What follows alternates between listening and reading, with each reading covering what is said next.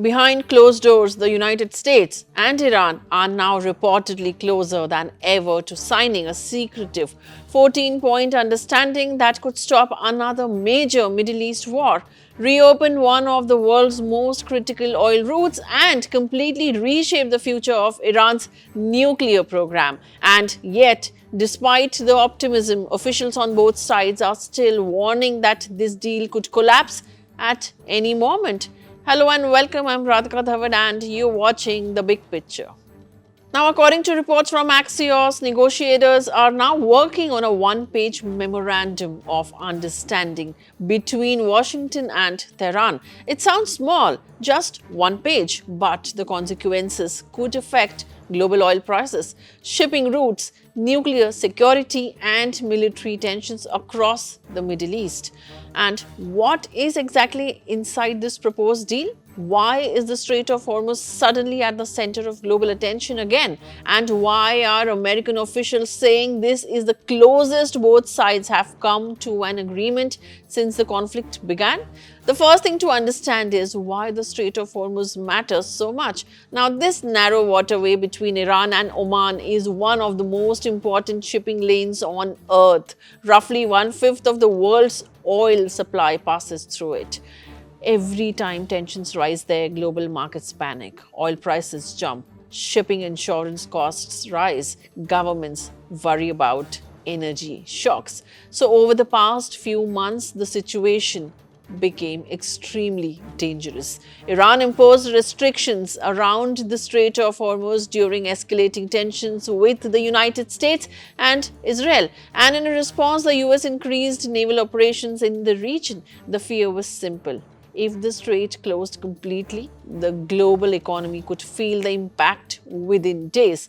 That pressure created urgency for diplomacy. Now, according to Axios, the proposed agreement would include Iran easing restrictions around the Strait of Hormuz while the US gradually lifts naval pressure and sanctions. And in exchange, Tehran would also pause parts of its nuclear activities. Now the story becomes even bigger. At the center of the negotiations is Iran's nuclear program. For years, Western governments have accused Iran of moving too close to developing nuclear weapons capability. Now, Iran has repeatedly denied wanting nuclear weapons and says its program is for peaceful civilian energy purposes. But tensions exploded after previous nuclear agreements collapsed. And since then, Iran has increased uranium enrichment levels far beyond earlier limits. That alarmed the US, Israel, and European powers. Now, the new proposal reportedly asks Iran to accept a moratorium on uranium enrichment for at least 12 to 15 years. Earlier reports suggest Iran initially proposed 5 years while the United States pushed for 20. That compromise period could become one of the most difficult parts of the negotiations. Reportedly, Iran would also commit to never pursuing nuclear weapons and would allow stronger international inspections, including surprise inspections by the United Nations inspectors. Another major point involves Iran potentially moving highly enriched uranium stockpiles out of the country, something Tehran has strongly resisted before. On the American side, Washington would reportedly begin lifting sanctions and release billions of dollars in frozen Iranian funds held abroad. That money has been blocked for years under economic sanctions designed to pressure Tehran. Now, this is why the negotiations are so politically sensitive, viewers. For Iran's leadership, accepting limits on enrichment risks looking weak domestically. Hardliners inside Iran already accuse the United States of trying to force surrender through economic pressure and military threats. Iranian Parliament Speaker Mohammad Bagher Ghalibaf has publicly warned that Washington is attempting to weaken Iranian unity. At the same time, Iran's economy has suffered heavily under sanctions. Inflation remains high. International investment is limited. Oil exports face restrictions. Access to billions in frozen funds could provide major economic relief. So Iran faces a difficult calculation: resist and continue economic isolation, or compromise and risk internal political backlash. But the United States also faces its own pressure. President Donald Trump has publicly said a deal with Iran is very possible, but also warned that military strikes could resume if negotiations fail. That dual message reflects the balancing act inside Washington. The White House wants to avoid another prolonged military conflict in the Middle East. A wider war could destabilize energy markets again, drag in regional powers again, and create enormous political risks globally again. But American officials also do not want a deal that appears too soft on Iran's nuclear ambitions. This is why the proposed memorandum is being described as internationally narrow and temporary.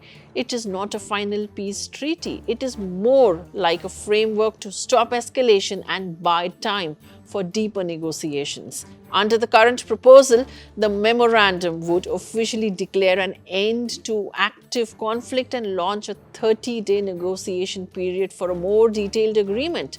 During that period, restrictions around the Strait of Hormuz would gradually ease. Sanctions could begin relaxing and nuclear discussions would continue.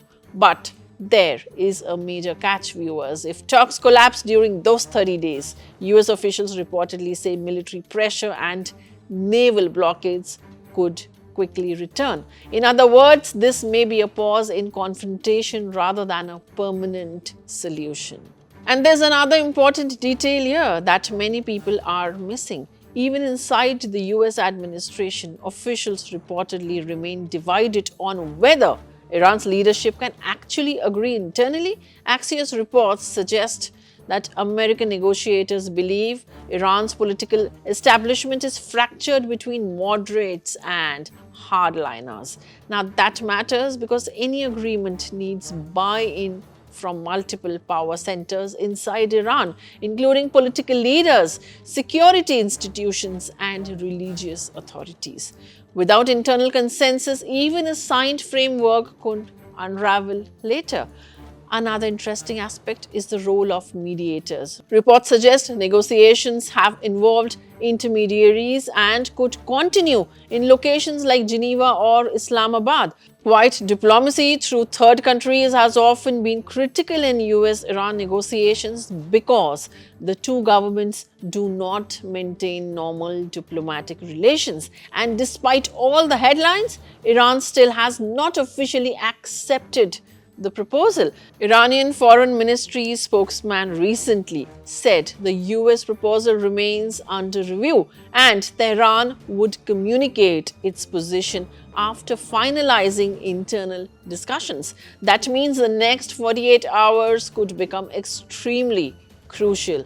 If Iran responds positively, negotiations could move into a more serious phase very quickly. Markets would likely react immediately, especially oil markets. Regional tensions could temporarily cool. Shipping through the Strait of Hormuz could stabilize. But if talks fail, the situation could reverse just as fast. And that really is the deeper story here. This is not just about one agreement or a one-piece deal. It is about whether the Middle East moves towards de-escalation or slides back towards another dangerous confrontation involving nuclear fears, economic warfare, and military threats. The stakes are enormous because this conflict reaches far beyond Iran and United States. It affects global energy security, shipping routes, inflation, diplomacy, and military alliances across the world. And right now, both sides appear to see some advantage in stepping back from the edge, but neither side fully trusts the other. That mistrust has shaped decades of confrontation between Washington and Tehran. So even if this one-page memorandum is signed, the harder part may still come afterwards. Can both countries actually build a durable agreement after years of hostility, sanctions sabotage, proxy conflicts, and failed diplomacy? Or is this simply another temporary pause before tensions explode again? That answer may define the next chapter of Middle East politics.